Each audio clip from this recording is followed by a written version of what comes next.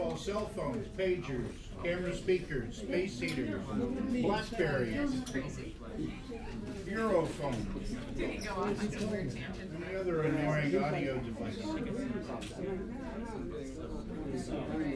Did he give you those names? No, but it's okay.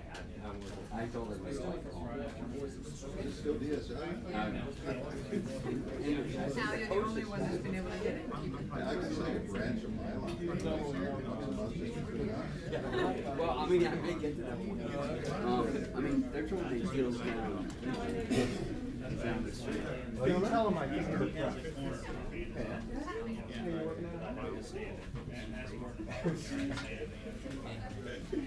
I don't know.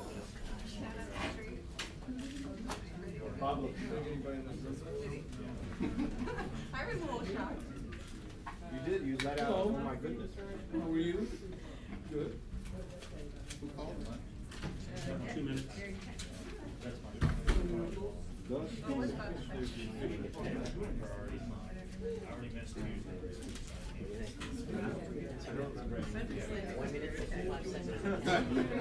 That's your coming out.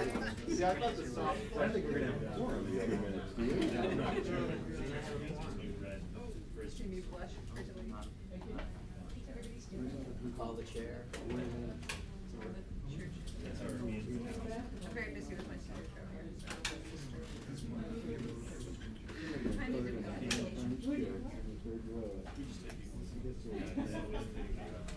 Keep everybody away. Is that where you sat? Yeah, I think so. I mean, it's funny when they would sit down, you're like, oh, whoa, you know, 'cause it looks like, There's 2 basketball games and a volleyball slash. it's,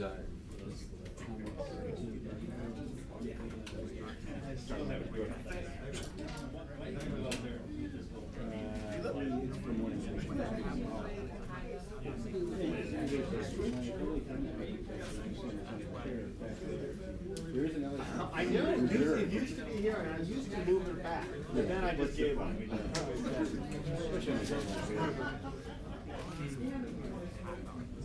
then of course they probably go like.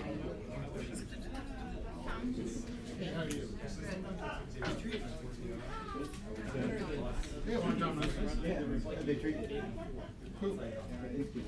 It was fine, sound was kind of weird, so 30 seconds, I got to telephone with my, The next thing is they're so concerned, technicians have to troubleshoot it.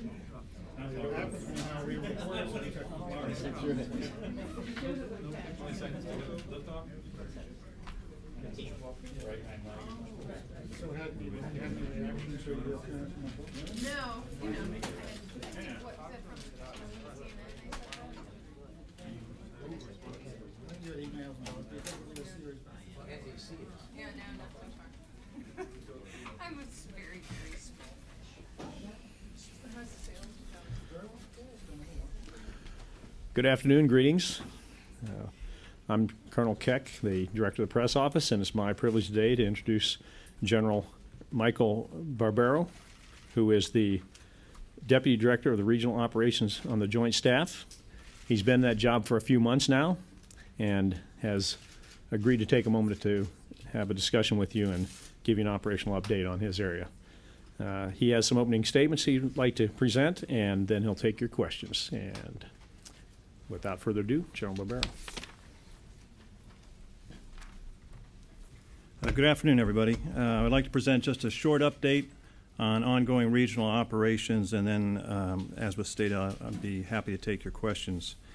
In Central Command, Operation Together Forward continues in Baghdad in this Iraqi-planned and Iraqi-led operation. While it's still early, there are positive indications of the effectiveness of this operation in reducing sectarian violence. In Afghanistan, the pace of enemy and coalition operations has increased. Both the NATO International Security Force and the Operation Enduring Freedom Coalition forces have been conducting operations in areas of Taliban concentration. The NATO International Security Force, ISAF, achieved Stage 3 transfer of authority on 31st of July when it assumed the lead in Regional Command South. ISAF now has the lead for assisting the government of Afghanistan in the north, west, and southern regions. The OEF coalition retains the lead in Regional Command East. Forces assigned to Joint Task Force Horn of Africa are providing disaster relief to the flooding victims in Ethiopia. Navy Seabees provided temporary shelter for 6,000 victims of flooding in Deir Dawa. Also, a medical mobile training team arrived to provide medical treatment and support.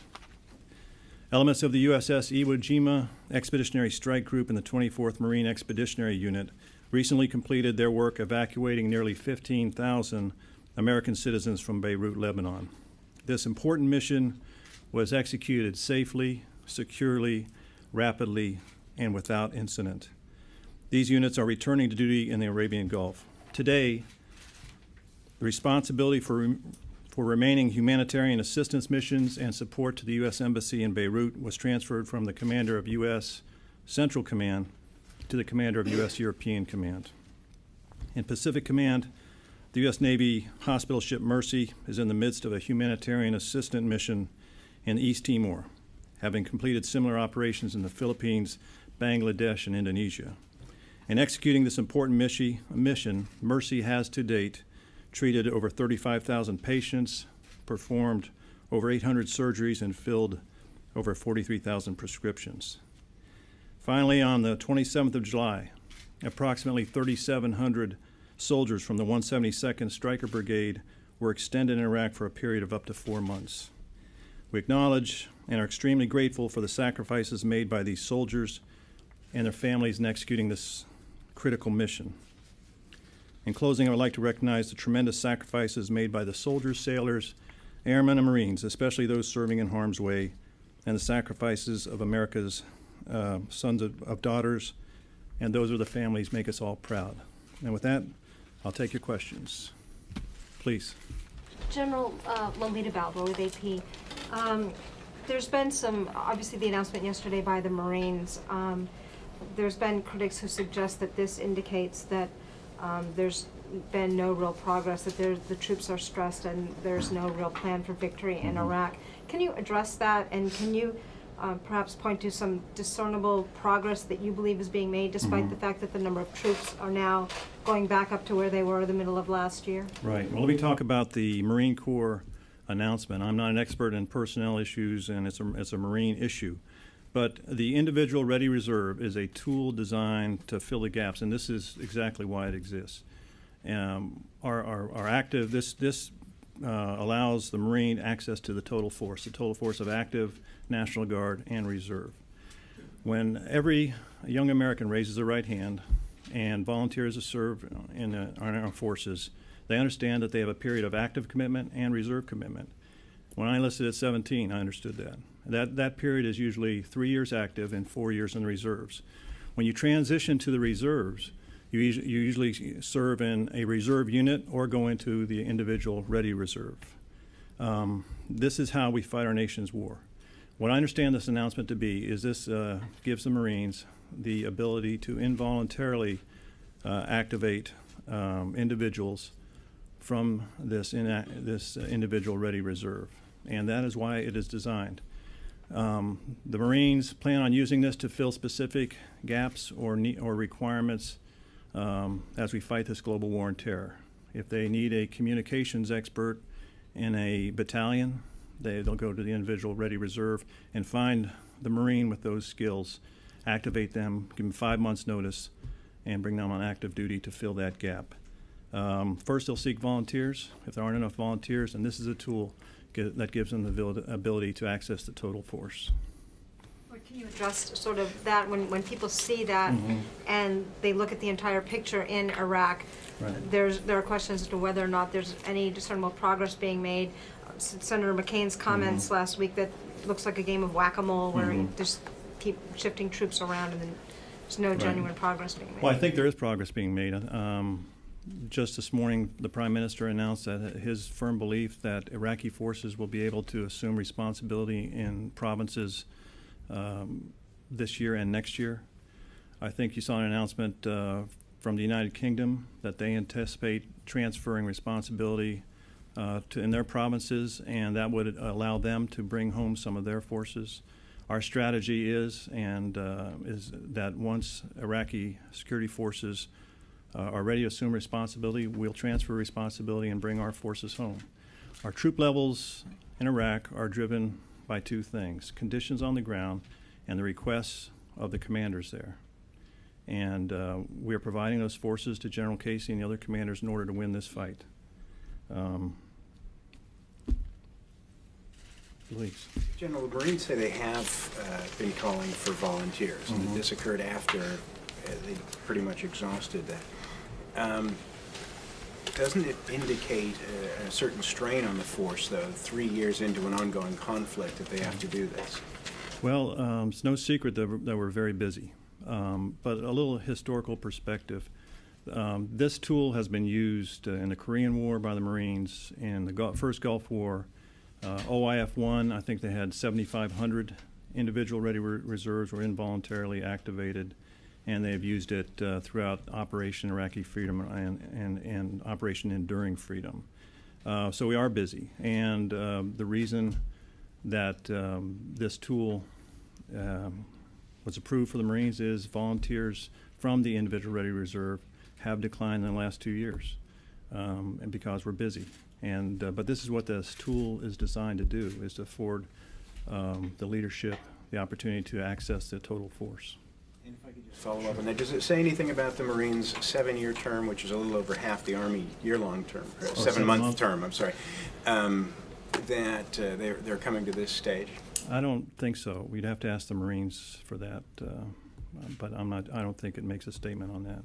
Yes. Tom? Sir, what's your personal expectation as to what the U.S. troop level will be in Iraq by the end of this year? Our intent is to draw down the number of troops. And as I said, that will be driven by the conditions on the ground and the requests from the commanders on the ground. Our job here on the Joint Staff is to support those commanders and to give them the access to the resource they need to win this very important fight. You opened up by saying there are positive indications in reducing sectarian violence. Could you detail some of those? We heard yesterday that car bombs were maybe cut to about a quarter in the last month on what they had been. Right. Well, over the last 5 weeks, the number of incidents of sectarian violence have dropped steadily. Over the last 3 weeks, the number of attacks on infrastructure have dropped. Can you put numbers on that? I do not have the numbers. Yeah, we can provide some of the numbers on some of the indicators, but I do not have the specific numbers. I think the performance of the Iraqi security forces is an indicator, and I would cite the Shia pilgrimage this past week. 1 million Shia pilgrims in Baghdad. Iraqi security forces planned, coordinated, led, executed, and regrettably there were 7 casualties, but overall 2 years ago, it was U.S. led, planned, and executed the security for it. Last year was a joint operation with us in the lead, and this year, Iraqi security forces were clearly in the lead. And by our reports, to include Major General Thurman, the commander of the 4th Infantry Division in Baghdad, they did a superb job. So that's an indicator. And the performance during this operation Together Forward, by all reports, by all the commanders, or the Iraqi security forces have been very effective in this operation. Yes, Jim. Follow up. Is this a case, though, where there is progress in treating the symptom and not really getting at the cause? While the violence has been reduced, what progress has there been made in rounding up those specific death squads that have been responsible, either Sunni or Shia? And is there any progress or any intent to disarm the militias, including Muqtada al-Sadr's Mahdi army? There has been progress made.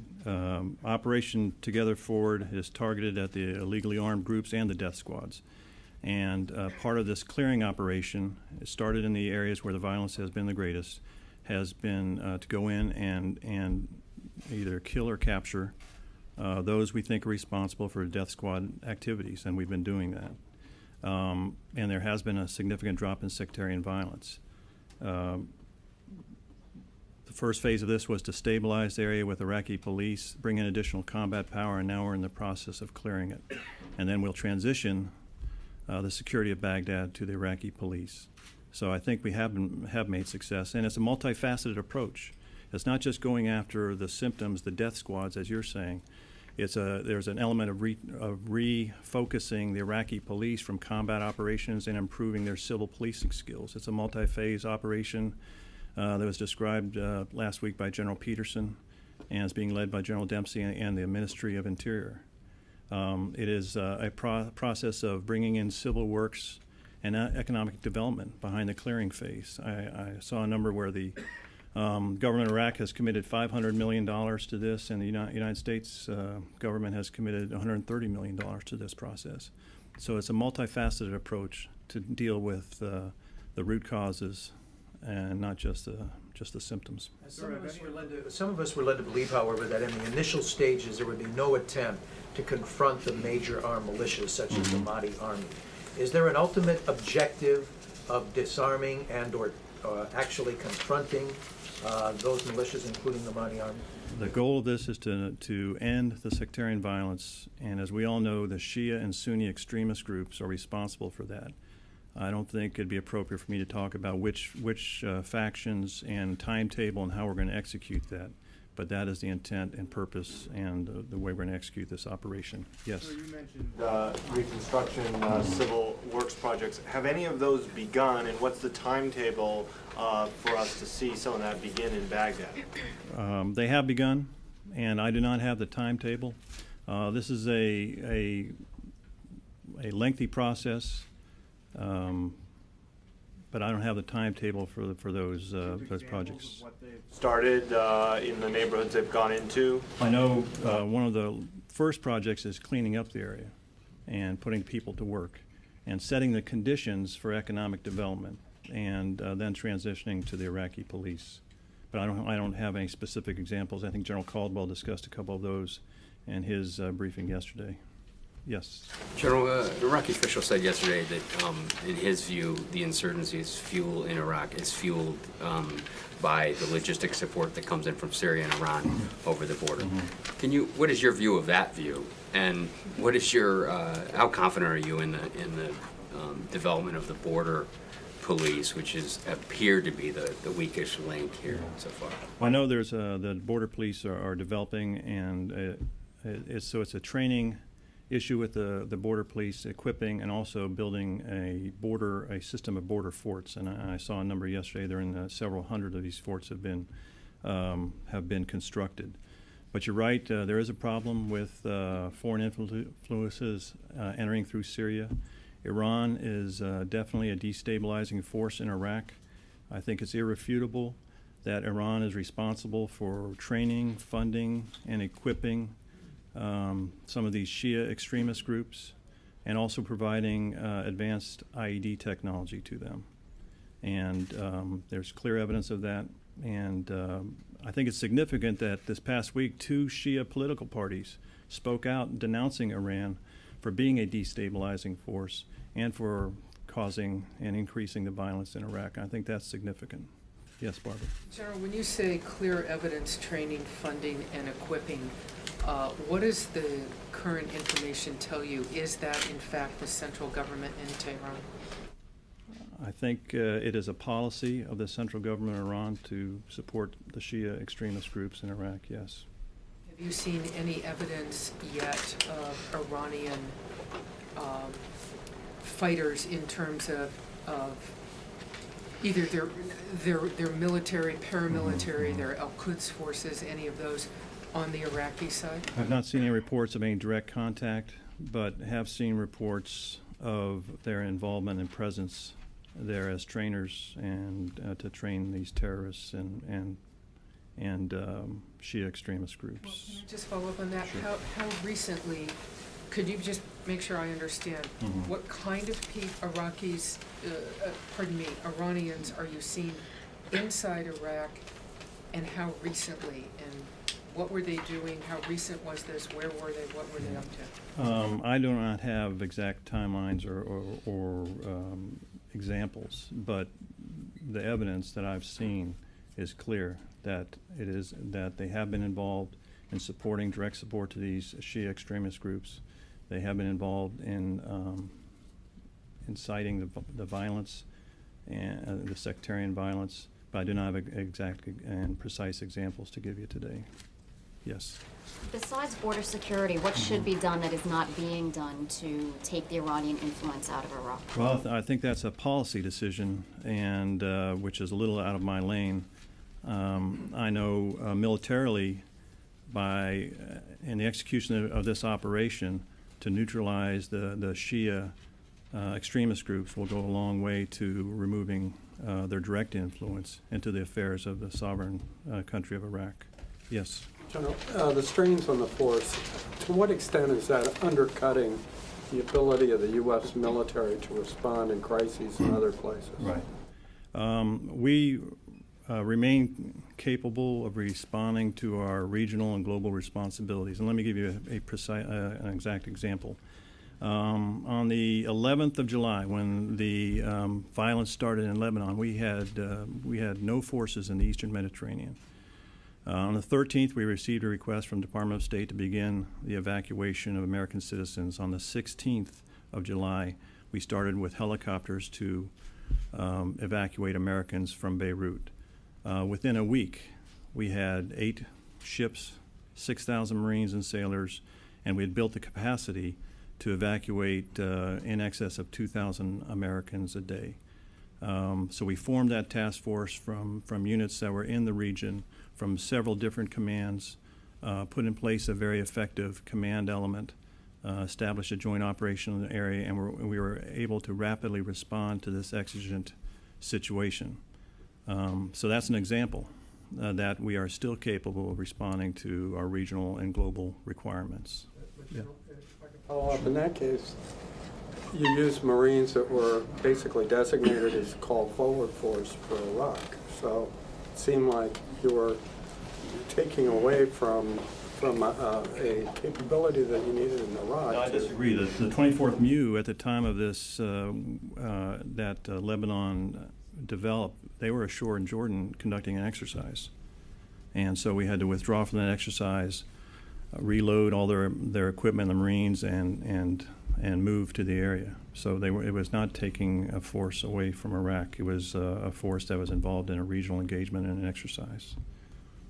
Yes, in the back. Yes, getting back to border security for a second. I know that we're working with the Iraqis on developing a counterinsurgency aircraft. Mm-hmm. How important is it, that development? But since that's not coming on for a couple of years, give or take, what can be done between now and then that you can do with the Iraqis to secure the border?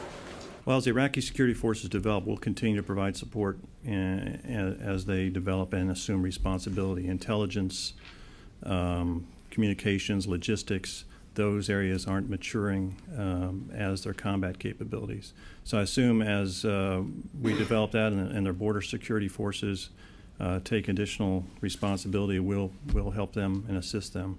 And I don't have specific knowledge of the timeline for the development of that aircraft. I'm sorry. Yes. General, do you feel like the corner has been turned in terms of the security situation in Baghdad? Mm-hmm. And if so, do you attribute that to more U.S. boots on the ground in the Iraqi capital, or what's your read on that situation? I attribute it to an Iraqi government that has committed itself to ending the sectarian violence. And I attribute it to the capability of the Iraqi security forces. 2/3 of the forces on the ground in Baghdad are Iraqi security forces. And it's a commitment of the government. It's the political engagement. It's the economic and civil works projects. The military is merely setting the conditions for that. But the feedback, the atmospherics from the population in the areas we've cleared are all very positive about removing the threat of this violence, the performance of the Iraqi security forces, and their confidence in the government. So it's a combination of all those. It's a multifaceted approach. Yes? You mentioned that Iran has provided advanced IED technology to the insurgents. Some of this technology come into play in the rather dramatic increase in IED attacks that MNFI released last week, the documented numbers from January through July, almost doubled in terms of attacks. I wouldn't say that the Iranians are responsible for that. There has been a trend earlier this year of increase of IEDs. There has not been a change lately in that one way or the other. It certainly plays into that, the training and technology they provided. Sir, what do you take from the increase? The U.S. is spending billions of dollars to counter these things. When Zarqawi died, we were told the insurgency would somewhat diminish. Yet the numbers of these bombs have gone up. And does the Joint Staff see this as an indication that the insurgency is still pretty strong? I think it's a confirmation of something we've been saying, that we have a very adaptive, intelligent, ruthless enemy. And they will adapt to our measures, and there's a saying at the tactical level, the enemy has a vote. Well, the enemy in Iraq has a vote too, and they're going to adapt, and we have to adapt along with them, and we have. And beyond that, I probably shouldn't talk about the ID threat or our countermeasures. Sally? Yeah, General, back to troop strength. You said the intent is to draw down by the end of the year. Is there a figure that you're aiming at, and does the recent operation in Baghdad help you get down, or? In Baghdad specifically, it's too early to tell. We just have some initial indicators, and after several weeks, we're not ready to make an assessment. But there is a process, and throughout this effort of a constant assessment and adjustments. And our intent is, as the Iraqi security forces become more capable and demonstrate the capability, and we can transfer these provinces to control the Iraqi government, to definitely bring down our troop strength. But that'll be determined by conditions on the ground and the requirements of the commanders on the ground. We're committed to supporting them. Yes. On the Marine IRR call-up, do you think that the active duty military should be bigger? I mean, we're talking about 1,200 Marines, it's like 2 battalions, and they're not exactly niche capabilities. It's combat arms, it's intel, it's MPs, it's stuff that you'd find in a regular unit. I understand the notion of total force, but tapping that total force seems to indicate that it would just be temporary, and everything we're hearing about this is this part of the long war. So does the active duty military need to be bigger in order to shoulder those burdens for the coming decade? Well, I know that the Army has received authorization to increase their numbers, and I think the Marines have also, and that's really a service issue and discussion. I'm not prepared to talk about that at this time. Yes, sir. General, can you tell us how many Iranian trainers are in Iraq or have rotated through in recent months or years, and exactly what type of training they're doing? I cannot talk about specific numbers, and nor would I want to talk about the specific training that has been observed. But as I said, we are confident that Iran has a direct involvement in arming, training, equipping, and funding these Shia extremist groups. Can you give us some idea on both points? Are we talking dozens, hundreds, thousands? Are we talking IED training or infantry type training, or what? Just sort of general areas? No, it'd probably be inappropriate in this open forum to talk about that. Yes. Does it mean that the border needs to be beefed up, though, if this cross thing is happening as you say it is? What it means is that that Iraq is a sovereign government, and Iran should stop its actions to destabilize Iraq. Yes. As the situation improves in Baghdad, are you seeing similar situations in other provinces, specifically in Al-Anbar, or is that situation remain the same or gotten worse? Well, I think the comments by the United Kingdom yesterday indicate that they're hopeful, and as things develop, that they're planning to draw down their numbers of forces. So we see continued improvement of the Iraqi security forces. Right now, about 275,000. The numbers, the capabilities, and the equipping increase continuously. I think Prime Minister Maliki announced today that they thought they'd be ready to assume responsibility for a number of provinces. So indicators are that the Iraqi security forces continue to develop, and that'll fit with our strategy. Time for one or two more. Okay. Yes. So you've mentioned and discussed the Iranian influence. Can you characterize the Syrian influence, if any, in Iraq? It's all I can say is that we know that there has been crossings of the Syrian border of insurgents. I'm not sure if I can go much further than that. Trainers also, or just insurgents? better not say, but there has been some cross-border traffic, Has yes. the situation in Ramadi stabilized enough that the call-forward battalions that are there might be able to return to be redeployed elsewhere in Iraq? What do you mean by the call forward? Well, you know, the 1st Infantry Division, 2nd Brigades, the ones that were in Kuwait at one point that moved into Ramadi to help with that operation. Has that stabilized enough to turn that over to Iraqi security forces and move those? I believe it's 2nd Brigade of the 1st Armored Division. Right, and I'm not sure of the exact plan in Ramadi, but as the situation in Baghdad stabilizes and as this operation develops and concludes, then there'll be a reassessment of the disposition of all our forces. So, yes, one last question, sure. Just want to clear up what your assessment is about the security situation in Baghdad. You made some, pointed out some successes. You were asked whether to turn the corner, but you didn't actually answer that. Right. And then you also said just recently. I did answer, I said it was too early to tell. And you just said it was too early to tell Right. after that. Ambassador Khalilzad said the Battle of Baghdad will determine the future of Iraq. Right. So what is your assessment? Do you Well- believe you're winning the Battle of Baghdad? Is it, as you said, too early to tell, or? Well, there are positive indications, and I think some of them are, we have a central government, a national unity government that is holding together, and it's committed itself to ending this sectarian violence. The institutions of national power, the Iraqi army, is on the streets of Baghdad in Shia and Sunni neighborhoods executing this operation. And that is encouraging. When you had this Shia pilgrimage, you had Sunni soldiers out there providing security. I think that's a good indication. The Battle of Baghdad, as you call it, is geographically isolated. So that's why we've surged forces and concentrated in that area. 90% of the sectarian violence is within a 30-mile radius of Baghdad. 82% of the incidents are confined to 4 of the 18 provinces. That's why Baghdad is so important. This sectarian violence is not broad-based. It is Sunni extremists and Shia extremists conducting discriminate and indiscriminate murder to advance their goals. So Baghdad is important. The indicators are initially that are positive, and